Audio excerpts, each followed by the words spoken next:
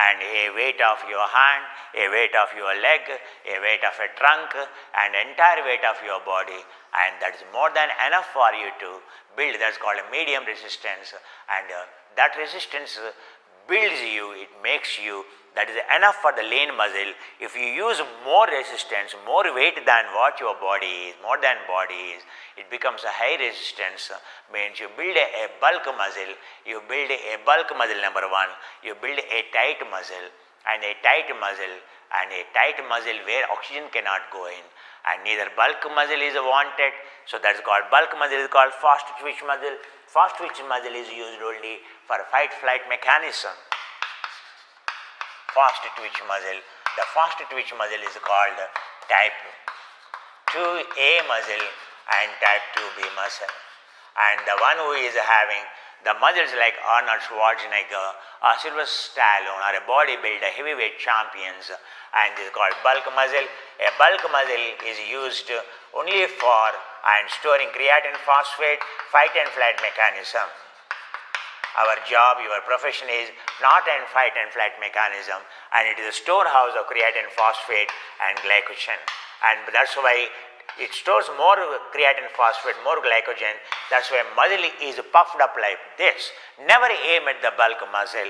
The bulk muscle, and again, so type 1 muscle, so slow twitch muscle means so which is not used for fight and flight mechanism, but which gives you, and throughout the day the energy is given by, supplied by slow twitch muscle. Your hands, your laptop, for you to work with the hand, for you to work with the brain, and for you to function 20 hours a day without feeling tired. And here the fast twitch muscle is only energy lost for only maximum 10 seconds to and 2 minutes only it will last, or maximum 20 minutes. That's all.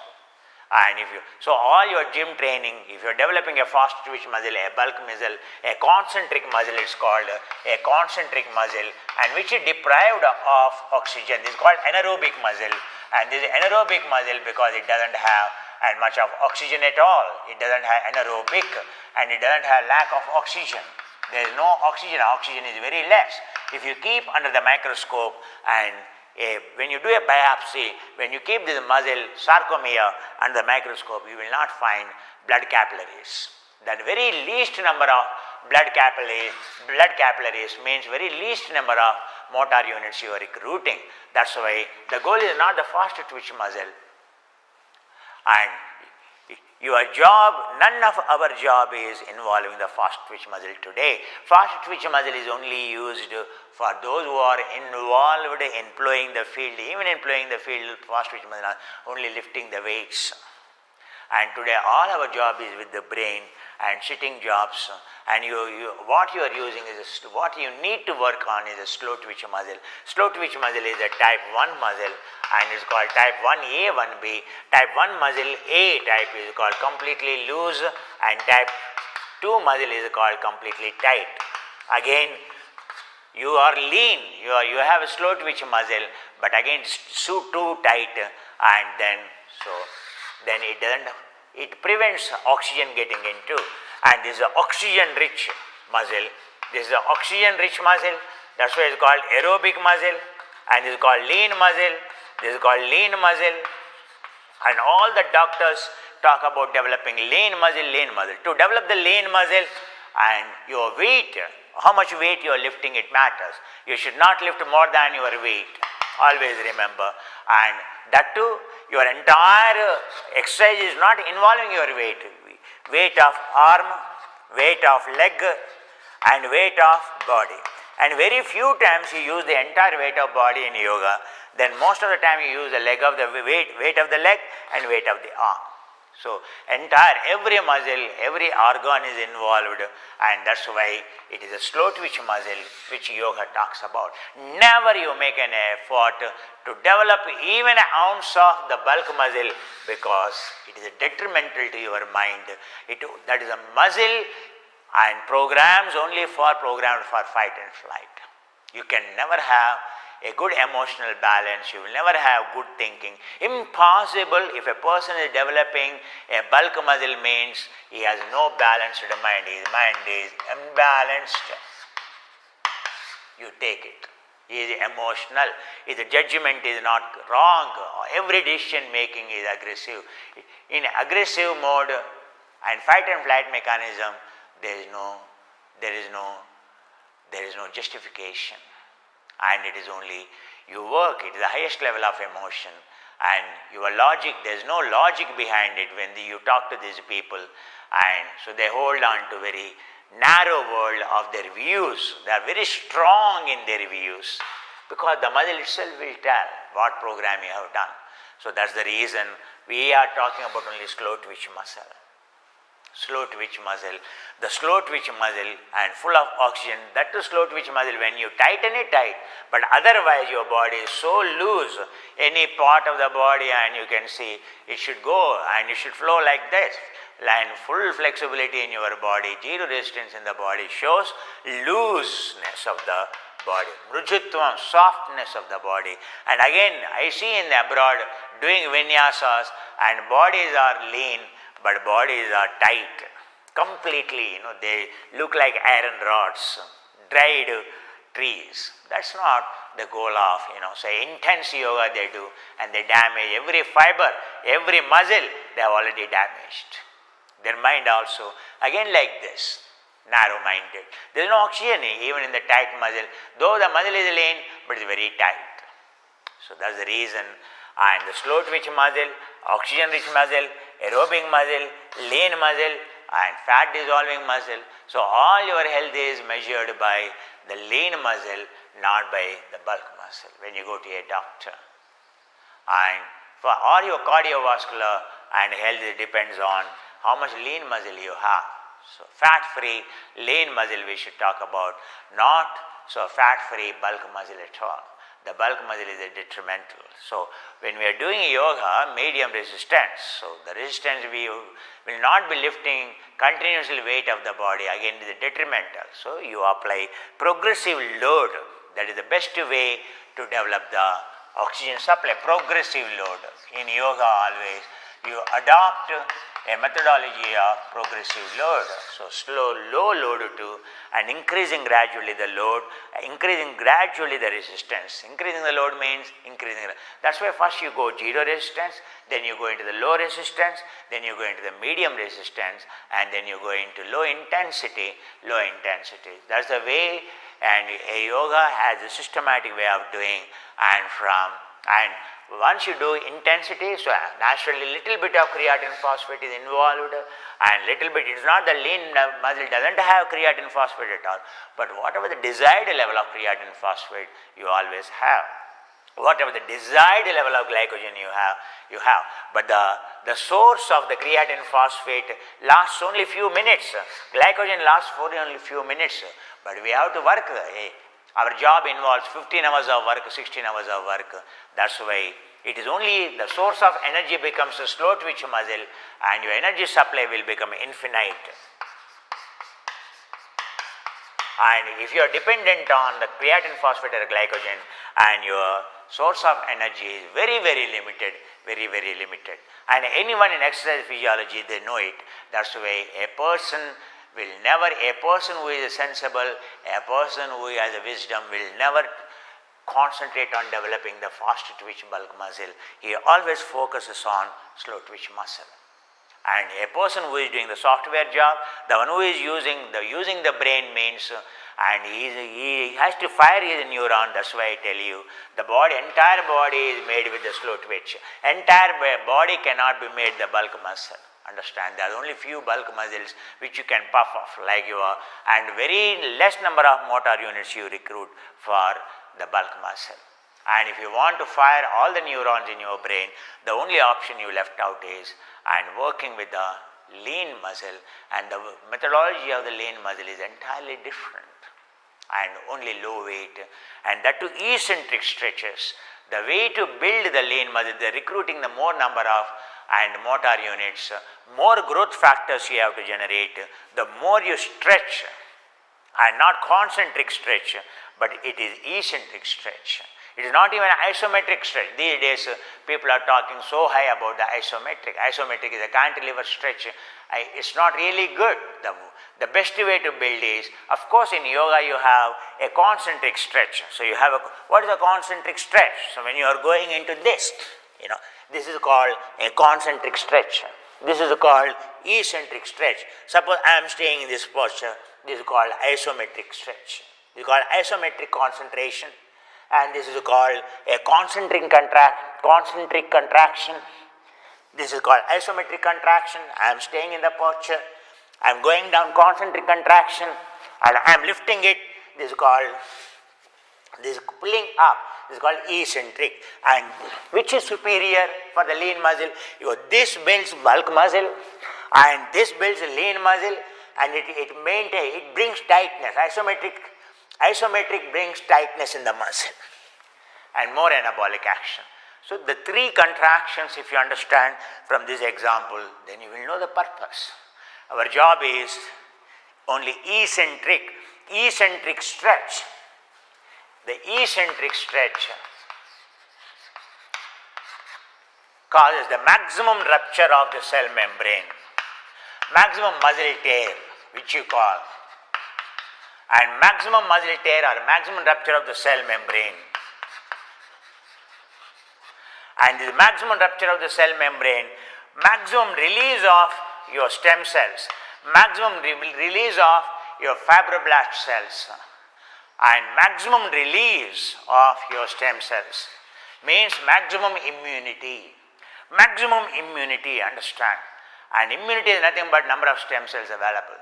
And the latest cure for the COVID is placenta extended cells from the placenta, and you collect the placenta and you produce, using those you inject the protein molecule and you produce stem cells and pluripotent placental cells you produce, and it is becoming a magic molecule, because placenta carries all RNA, messenger RNA, and it can, whatever the need is required, it can transform and it can help you. So now already that Israel firm developed and that kind of the technology, that is going to be the best technology, not just for the COVID-19, even for future.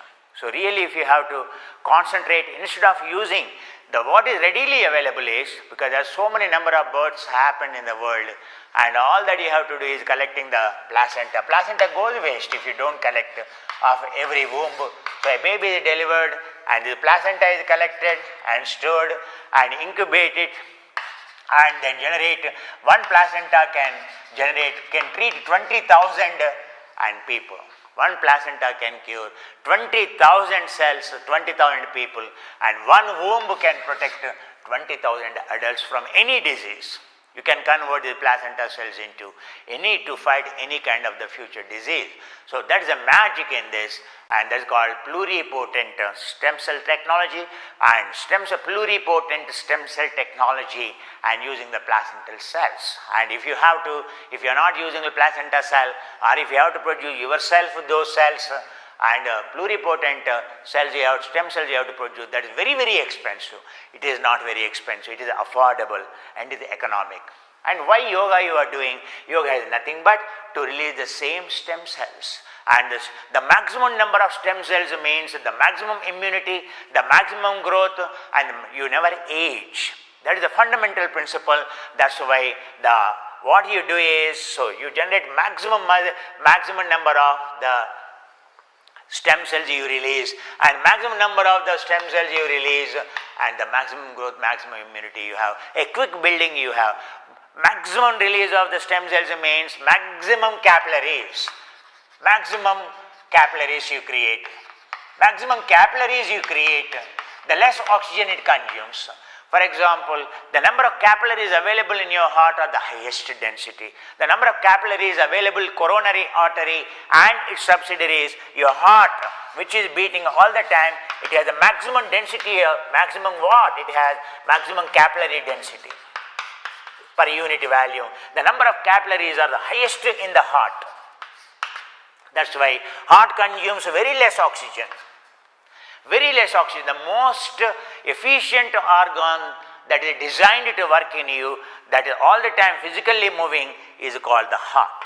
and it consumes only 7% of oxygen and your metabolic oxygen, only 7% of calories it consumes. Whereas the brain, which is a static, it consumes almost 20%, and your liver consumes 27%, which are static. But you look at, and means the maximum capillary density you build, more conservation of oxygen happens. So the aim of yoga is to build maximum capillary density. The maximum capillary density leads to the more lean muscle, and more muscle growth, more lean muscle, more nuclei. More nuclei, the nuclei placed in parallel like this. Nuclei placed, this is called constant bulk muscle.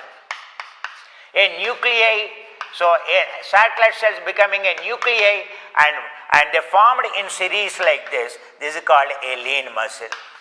This is a healthy muscle, this is an unhealthy muscle.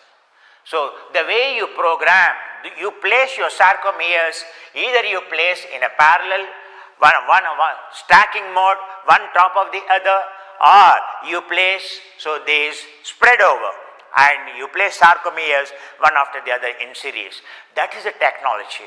In yoga, that's why stretches, entire yoga, they are the contraction, they are the jumps, but everything is a stretch.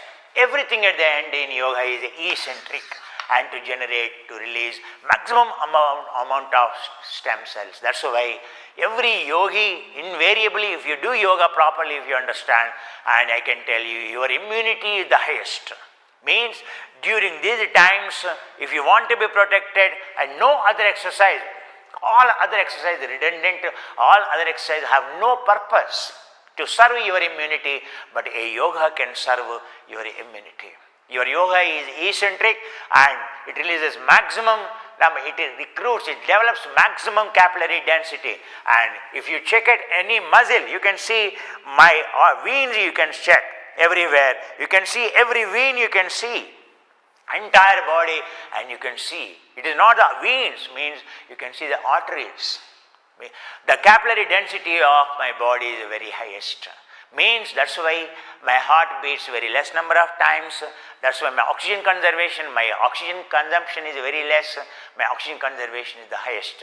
Means my capacity of the energy is 20 hours a day I work, and yet I won't feel tired. Morning 3 o'clock to night 10:30, at any point of time you come and see me, my energy levels are the same. Why? Because my source of energy is like heart functioning 24/7, because it has highest capillary density and highest motor units are consumed.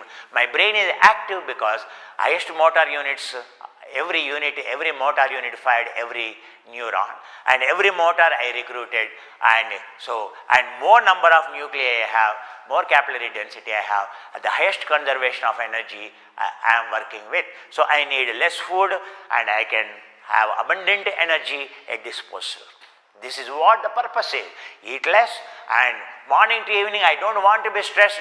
Now like the doctors are working in the hospitals, and so many people working 24/7 extra hours. Now we know very well they are serving us, but their exercise should be like this. For them to have that energy to serve us, to serve the patients, they need to protect their immunity. So those who are involved, mainly the medical doctors and whoever involved in now outside, for them they must do yoga involving eccentric stretch every day. Even if they do 1 hour, if they do, that's all, they will have abundant energy morning to evening to serve the society.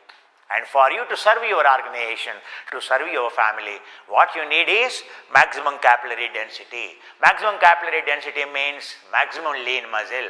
Maximum lean muscle means when you are doing your exercise should involve maximum release of stem cells. Maximum release of stem cells means that is maximum eccentric stretches it should have. Understand the finest points of the physiology and anatomy, what is all about the muscle. It is not knowing the muscle, it is called, so gluteus major, minor, this muscle, that muscle. Are you dummy talking about the muscle? In a gym fellow, he talks about all the time bicep, tricep. Yoga is not to talk about the muscle. Yoga is to understand the muscle at the deeper level. Physiology of the muscle is more important. If you understand what muscle you are designing in yoga, It is a designer muscle. A yogic body means it is a designer muscle to conserve the oxygen.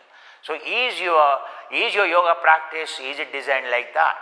So you need to understand the science behind your muscle so that you know how to, what for we are doing that particular sequence in a particular style, why we are doing, so that it comes to understanding.